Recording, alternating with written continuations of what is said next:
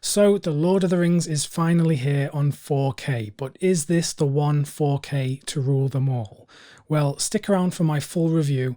I'll be talking about the good and the bad, and I do have some screen cap comparisons for you as well. Hello there, my name's Elliot, and this channel is all about collecting Blu-rays.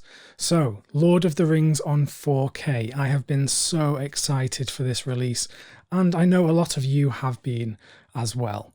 I've spent almost the entire week watching these movies over and over again, and that hasn't been a chore at all because I really love these movies. Because I have a lot to say in this review, I'm just going to get straight into it. So, the box set. This is of course the UK edition because I'm here in England. Inside the box you get this case, and inside there are 9 4K UHD discs. That's 3 for each film in the trilogy. So you get the theatrical version on one disc, and then you get the extended version of each movie spread across 2 discs just because those films are so long and they take up so much data on a 4K disc. There are no special features at all on these discs, so that makes it very easy for me to review that aspect of this release. Typically when doing one of these 4K reviews, I would talk about the video first and then the audio, but I'm going to flip that for this because I have a lot more to say about the video than the audio. So I'm going to get the audio out of the way and then talk about the video. So each disc and version of these movies has a Dolby Atmos track, and this is what we've been waiting for because these movies sound incredible on 4K UHD. Seriously, the Atmos track is brilliant. It's so well mixed. The dialogue is crystal clear. You can hear every single piece of dialogue. The sound effects sound brilliant as well. The musical score by Howard Shore is incredible and iconic as always, and it sounds absolutely amazing on the Atmos track. The low end is really heavy, but in a good way. It's not muddy. It sounds so rumbly and thunderous, and it just adds to the momentum of the picture, and it really immerses you in the battle sequences and all of those iconic scenes where the music is just blaring, and it's just amazing. There's only one negative thing that I've heard some people talking about in regards to the Atmos tracks, and that is with the low-end frequencies, like the sub 30 Hz frequencies. There is some cut-off there, so they've been cut off completely. It's something to be aware of if you have that high-end gear. So for me, it's full marks in regards to audio on this release. It blew me away.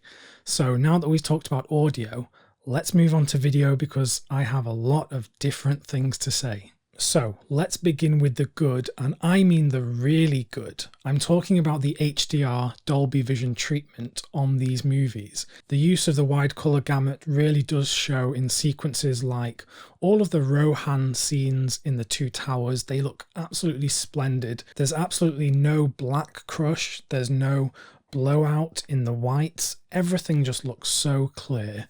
And in some of the darker sequences, a lot of people have mentioned this already, but say for example the Battle of Helm's Deep, which takes place at night, in prior versions of these movies, sometimes it was hard to make out finer detail in these sequences because the technology just wasn't there to show detail in darkness. But now, with the HDR treatment, there's so much more detail in those nighttime sequences, and it just looks amazing. It's the best those sequences have ever looked.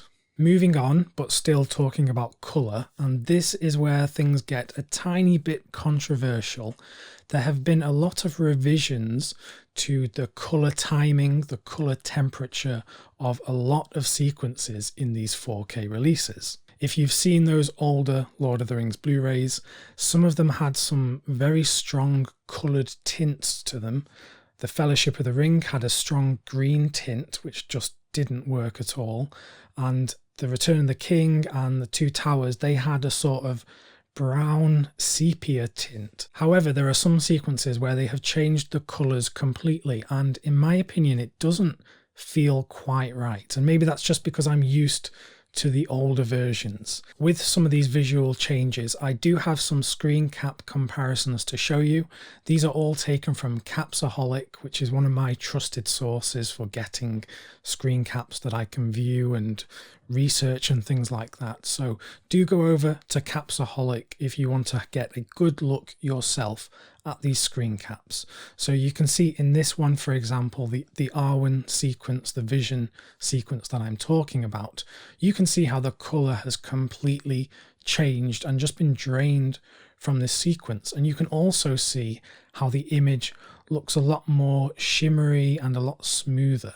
So when this 4K release was first announced, it was assumed by almost everyone that this would be a new 4K scan from the original camera negative, and this news spread like wildfire.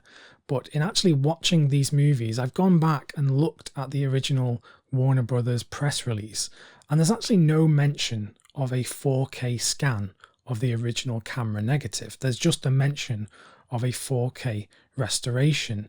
And when companies say 4K restoration, it does not necessarily mean a 4K scan, as we've seen with so many botched 4K releases in the past. Now, I could be completely wrong, but in spending so much time with these 4K discs and doing a lot of research, studying the screen caps, studying my own discs on my TV, etc., I've come to the conclusion that this may in fact not be a 4K scan of the original camera negative, and in fact just a 2K digital intermediate upscale. So the Lord of the Rings trilogy was originally shot on 35mm, and that's Super Cine 35mm to be exact.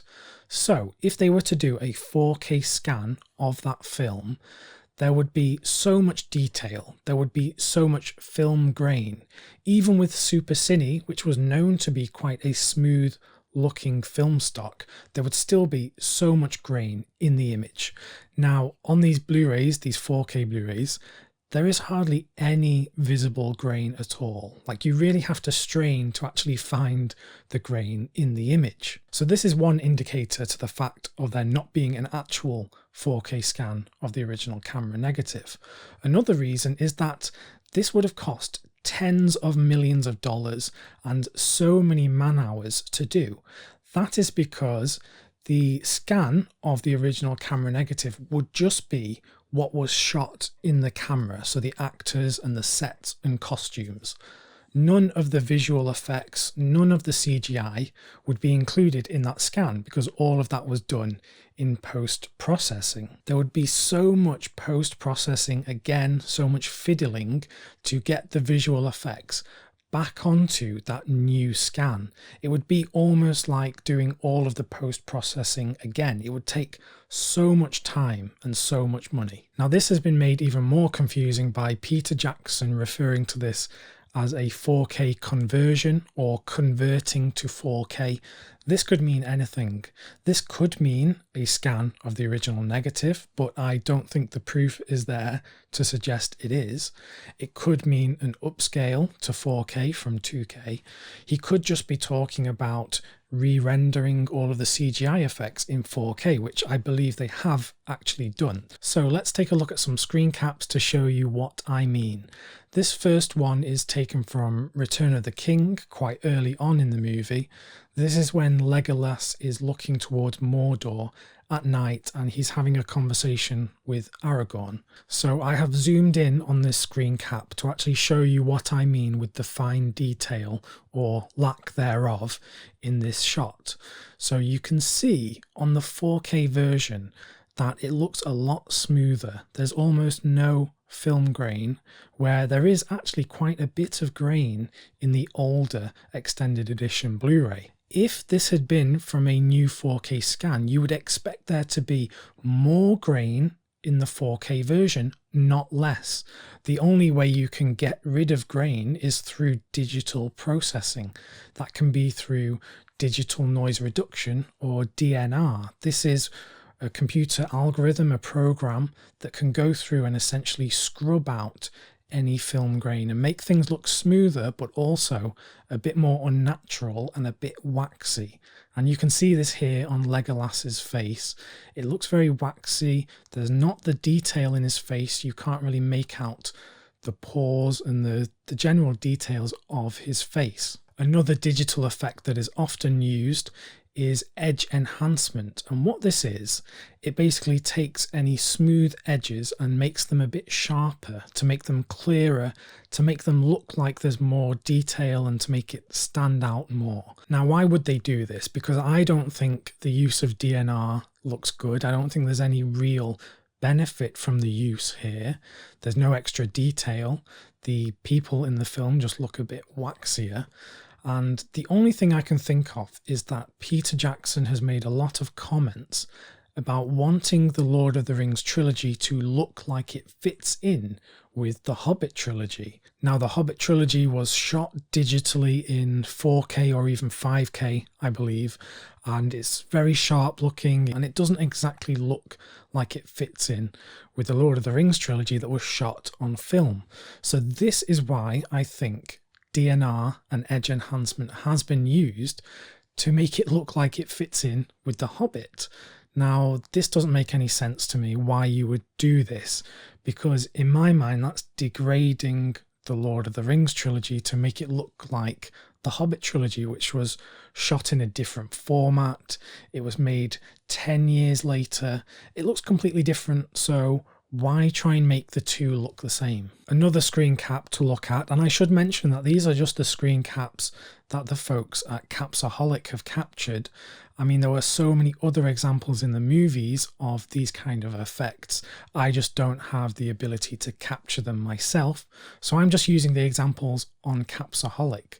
But you can go and take a look yourself, go through the whole movie, and you'll find so many examples of DNR and edge enhancement. So there's this shot from the two towers when the characters are stood outside Helm's Deep. You can see the smoothing in this shot because all of the stone of Helm's Deep looks so much smoother. The detail has been scrubbed out.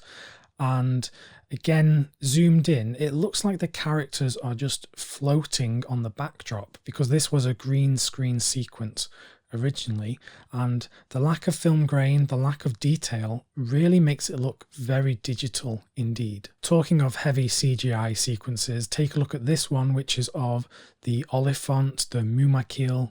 This is obviously completely CGI, and what they originally did when they made these movies is they digitally put grain over the CGI to make it look like it had been shot on film.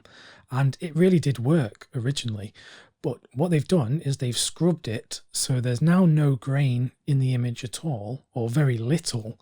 And this, in fact, seems to make the CGI look worse. It's so smooth now, there is a loss of detail, and it looks waxy. Take a look at this shot focusing on Legolas and Gimli going through the forest. You can see the loss of detail in the trees, in the background, and in the characters themselves. It looks so smooth, so waxy, and I think this shot in particular really stood out when I was watching these movies as a real big offender of digital noise reduction. Finally, I'll just show you one more because I could go on and on with examples, unfortunately, but this may be one of the worst offenders for digital manipulation on these entire 4K discs. So this is a shot from Return of the King. It's showing Minas Tirith. This is Gandalf and Pippin in the courtyard, and there is so much going on here. If we zoom in on Gandalf, you see that the top of his staff actually completely disappears on the 4K disc, whereas it's present in the Blu-ray versions. This is a prime example of digital noise reduction. They've basically taken detail that should have been in the movie and they have scrubbed it out. Now, usually I was under the impression that a lot of digital noise reduction is done manually. So someone is there at a computer looking at these movies and kind of scrubbing things out with the digital noise reduction. However, a shot like this signifies that it must be done automatically by some sort of algorithm, because there's no way in hell that someone who is looking at these movies and wanting to make them better would go and scrub out the top of Gandalf's staff. It just doesn't make any sense. Again, I must say to anyone who says this is nitpicking fine details, seriously, it's not, because I'm just looking at a few select frames from these movies. There's probably so many more issues of this throughout the movie that I've just not come across yet. In the same shot, take a look at Pippin's face. It is completely a wax smear, whereas in the Blu-ray there was at least some detail there. Obviously we're zoomed in a lot here, so you wouldn't make out much anyway, but this is just to exemplify what the DNR is actually doing to the detail in the image. It is scrubbing it. And again, in the same shot, take a look at Shadowfax. That's Gandalf's white horse. This is the worst offender, because you actually see the presence of digital artifacts within the 4K disc. Basically what has happened here is some shots have melded together, so you're actually seeing information from two different shots in the same shot, because the horse's head moves, but you can already see the horse's ear in the later shot where the head has moved. So I have a moving image here to show you of what exactly is going on, and this should not be happening. This does not happen in the old Blu-rays, so why has this been made to happen in the 4K Blu-ray, which is meant to be the better version? Again, there's probably so many more examples of this kind of thing happening. It just so happens that people have spotted this one first. So if we can just take one shot from Return of the King and spot multiple errors, I mean, that doesn't bode well for this release. It seems like this release has been rushed for the holiday season. I mean, that's the cynic in me. I don't want to believe that, but I actually do, because if the time and care had been put in, perhaps this release could have been greater than it already is. Listen, I love the Lord of the Rings movies, and I am happy to have this release, because when you're watching it and listening to it in particular, because of the HDR as well, it is an improvement for me. It's just not as good as it could be, and sadly this is perhaps the best these movies will ever look. Ooh, okay, that was quite a long review, so thank you for sticking with me, guys. I would love to hear your thoughts on these movies. Have you been having a good time with these discs, or have you noticed some of the issues that I have noticed as well? If you're not subscribed to the channel already, please do subscribe. It would be great to have you here, and you would be able to get my videos as soon as they're uploaded. I'll be back with more videos very soon, but if you want to stick around on the channel, just click one of the videos suggested to you now. I have one on my top 5 4K Blu-rays, and I have another one on whether 4K is worth it or not. So do check those out. Until next time, stay well and keep watching great films.